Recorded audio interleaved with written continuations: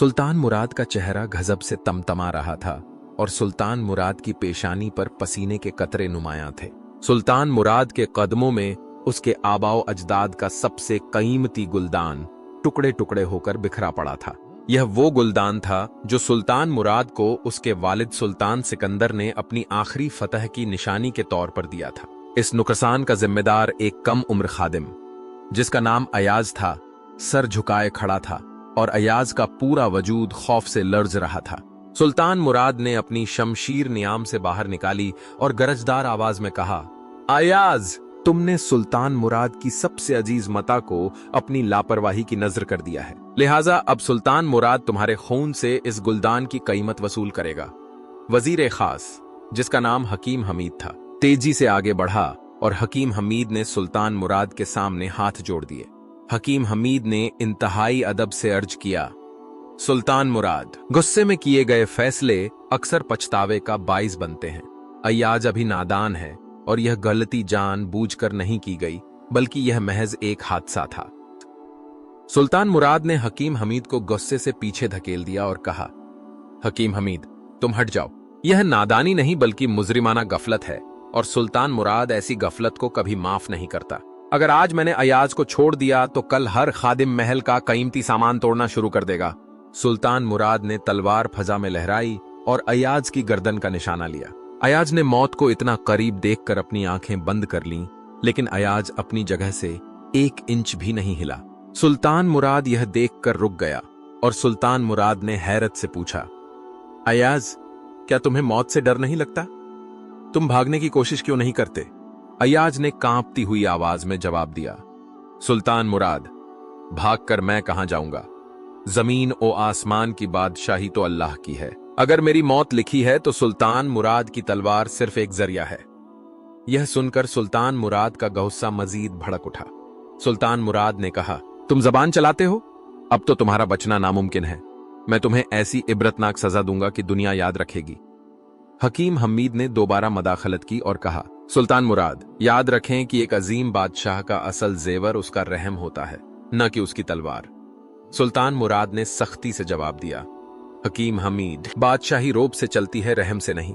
अयाज का खून बहाना अब इंसाफ का तकाजा बन चुका है। दोस्तों, अगर आपको यह कहानी पसंद आ रही है तो वीडियो को लाइक करें और चैनल को सब्सक्राइब जरूर करें।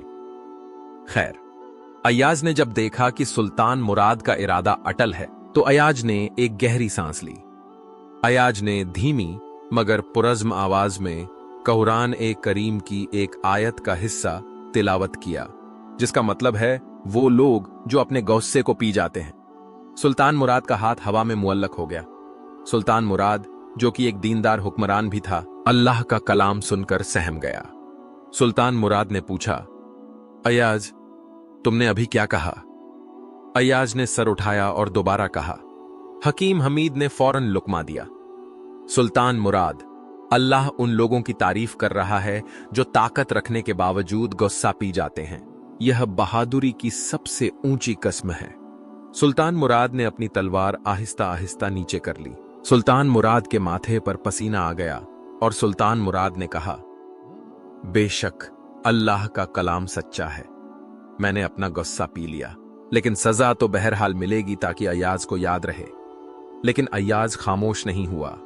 अयाज ने आयत का अगला हिस्सा पढ़ा, यानी और जो लोगों को माफ कर देते हैं। सुल्तान मुराद ने चौंक कर अयाज की तरफ देखा। सुल्तान मुराद समझ गया कि अयाज क्या मांग रहा है। सुल्तान मुराद के अंदर एक जंग छिड़ गई। अना कह रही थी कि सजा दो, मगर ईमान कह रहा था कि माफ कर दो। हकीम हमीद ने सुल्तान मुराद के चेहरे के तायस्सुरात बदलते देखे और कहा, सुल्तान मुराद, माफ करने वाला बदला लेने वाले से ज्यादा ताकतवर होता है। सुल्तान मुराद ने एक लंबी आह भरी और तलवार को जमीन पर फेंक दिया। सुल्तान मुराद ने कहा, जाओ अयाज, मैंने तुम्हें माफ किया। तुम्हारी जान इस गुलदान से ज्यादा कीमती है। अयाज ने मुस्कुराते हुए आयत का आखिरी और सबसे खूबसूरत हिस्सा तिलावत किया, वल्लाहु युहिब्बुल मोहसिनीन, यानी और अल्लाह एहसान करने वालों से मोहब्बत करता है। यह सुनते ही सुल्तान मुराद का दिल पिघल गया। सुल्तान मुराद की आंखों से गुस्से की जगह नदामत के आंसू जारी हो गए। सुल्तान मुराद तेजी से आगे बढ़ा और सुल्तान मुराद ने अय्याज को गले लगा लिया। सुल्तान मुराद ने भराई हुई आवाज में कहा, अय्याज, तुमने मुझे आज एक बहुत बड़ा सब कर दिया है। सिर्फ माफी काफी नहीं, मैं तुम पर एहसान भी करूंगा। सुल्तान मुराद ने हकीम हमीद की तरफ रुख किया और हुक्म दिया, हकीम हमीद, आज ही अय्याज को आजाद कर दिया जाए और शाही खजाने से अय्याज को इतनी अशरफियां दी जाएं कि यह अपनी बाकी जिंदगी बादशाहों की तरह गुजार सके। हकीम हमीद ने खुशी से नारा लगाया और कहा, सुल्तान मुराद जिंदाबाद, आज आपने साबित कर दिया कि आप वाकई जिल्ले इलाही हैं। सुल्तान मुराद ने टूटे हुए गुलदान के टुकड़ों की तरफ देखा और मुस्कुराते हुए कहा, यह गुलदान तो मिट्टी था, मिट्टी में मिल गया, लेकिन इसने मेरी आखिरत संवार दी। अगर आज अय्याज ये आयत न पढ़ता तो शायद मैं एक बेगुनाह के खून से अपने हाथ रंग लेता। सुल्तान शेर जमान अपने घोड़े से उतरे और महल के मरकजी दरवाजे की जानिब बढ़े, जहां दरबान रफीक पहरे पर खड़ा था।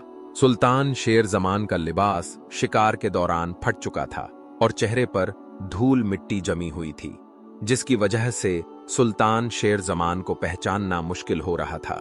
दरबान रफीक ने फौरन अपना नेजा आगे किया और गरजदार आवाज में कहा, रुक जाओ अजनबी, तुम सुल्तान शेर जमान के महल में इस हालत में दाखिल नहीं हो सकते।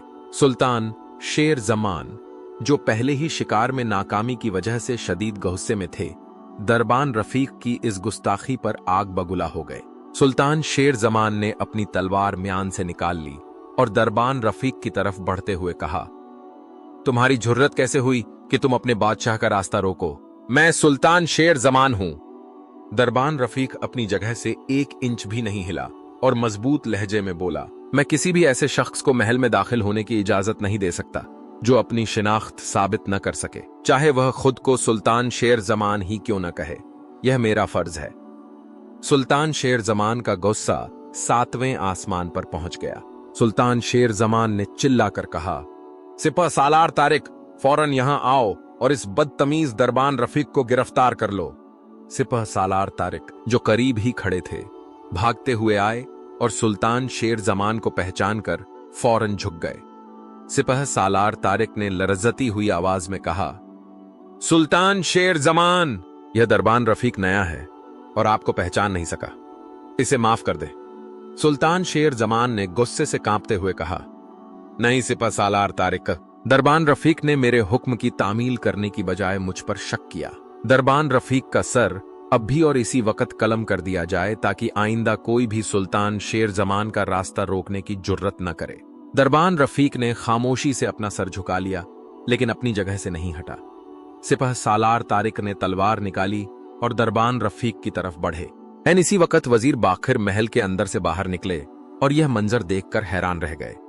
वजीर बाखिर ने तेजी से आगे बढ़कर कहा, रुक जाए सुल्तान शेर जमान, खुदारा 1 लम्हे के लिए रुक जाएं। ये आप क्या करने जा रहे हैं? सुल्तान शेर जमान ने वजीर बाखिर की तरफ देखा और कहा, वजीर बाखिर, इस दरबान रफीक ने मेरी तौहीन की है। दरबान रफीक ने मुझे महल में दाखिल होने से रोका और मेरी शिनाख्त मांगी। एक अदना गुलाम की यह मजाल कि वह सुल्तान शेर जमान से सवाल करे। वजीर बाखिर ने अदब से अर्ज किया, सुल्तान शेर जमान, क्या आपको याद नहीं कि आपने खुद ही यह कानून बनाया था कि महल की हिफाजत के लिए किसी भी मशकूक शख्स को रोका जाए? दरबान रफीक तो सिर्फ आपके बनाए हुए कानून की पासदारी कर रहा था। सुल्तान शेर जमान ने चिल्लाकर कहा, कानून आम लोगों के लिए होता है, सुल्तान शेर जमान के लिए नहीं। वजीर बाखिर, तुम भी दरबान रफीक की तरफदारी कर रहे हो? अगर तुमने मजीद एक लफ्ज भी कहा तो दरबान रफीक के साथ तुम्हारा भी वही हश्र होगा जो गद्दारों का होता है। सिपह सालार तारिक ने दरबान रफीक को घुटनों के बल बैठने का इशारा किया। दरबान रफीक जमीन पर बैठ गया और अपनी गर्दन झुका दी। सुल्तान शेर जमान ने सिपह सालार तारिक को इशारा किया कि वह वार करें। सिपह सालार तारिक ने तलवार हवा में बुलंद की। फजा में सन्नाटा छा गया। अचानक दरबान रफीक ने सर उठाया और बुलंद आवाज में कहा, सुल्तान शेर जमान, मेरी जान ले लें, लेकिन याद रखें कि आज आप एक ऐसे वफादार को मार रहे हैं जिसने मौत के खौफ के बावजूद आपके महल की हिफाजत का फर्ज नहीं छोड़ा। अगर कल कोई दुश्मन भेस बदल कर आएगा तो कोई दरबान उसे रोकने की जुर्रत नहीं करेगा, क्योंकि उसे सुल्तान शेर जमान का गुस्सा याद होगा। दरबान रफीक के यह अल्फाज सुल्तान शेर जमान के कानों में गूंजे। सुल्तान शेर जमान का हाथ, जो हवा में बुलंद था, यकदम रुक गया सुल्तान शेर जमान की आंखों के सामने से गुस्से का पर्दा हटने लगा। सुल्तान शेर जमान ने एक गहरी सांस ली और अपने इर्द गिर्द जमा होने वाले हजूम को देखा। हर शख्स खौफजदा था, लेकिन दरबान रफीक की आंखों में सिर्फ वफादारी थी। वजीर बाखिर ने मौका गनीमत जाना और आहिस्ता से कहा, सुल्तान शेर जमान। एक लम्हे का गुस्सा सदियों का पछतावा बन सकता है। दरबान रफीक ने अपनी जान दांव पर लगाकर आपके हुक्म की तामील की। क्या यही वह वफादारी नहीं जिसकी सुल्तान शेर जमान हमेशा ख्वाहिश करते थे? सुल्तान शेर जमान ने अपनी तलवार वापस म्यान में डाली। सुल्तान शेर जमान ने आगे बढ़कर दरबान रफीक को कंधों से पकड़ा और उसे खड़ा किया। सुल्तान शेर जमान की आंखों में नदामत के आंसू थे। सुल्तान शेर जमान ने भारी आवाज में कहा, मुझे माफ कर दो दरबान रफीक। मेरे गुस्से ने मेरी अकल को अंधा कर दिया था। तुमने साबित कर दिया कि तुम सुल्तान शेर जमान से ज्यादा इस सल्तनत के वफादार हो। आज अगर मैं गुस्से में आकर तुम्हें कत्ल कर देता तो मैं सारी जिंदगी खुद को माफ न कर पाता।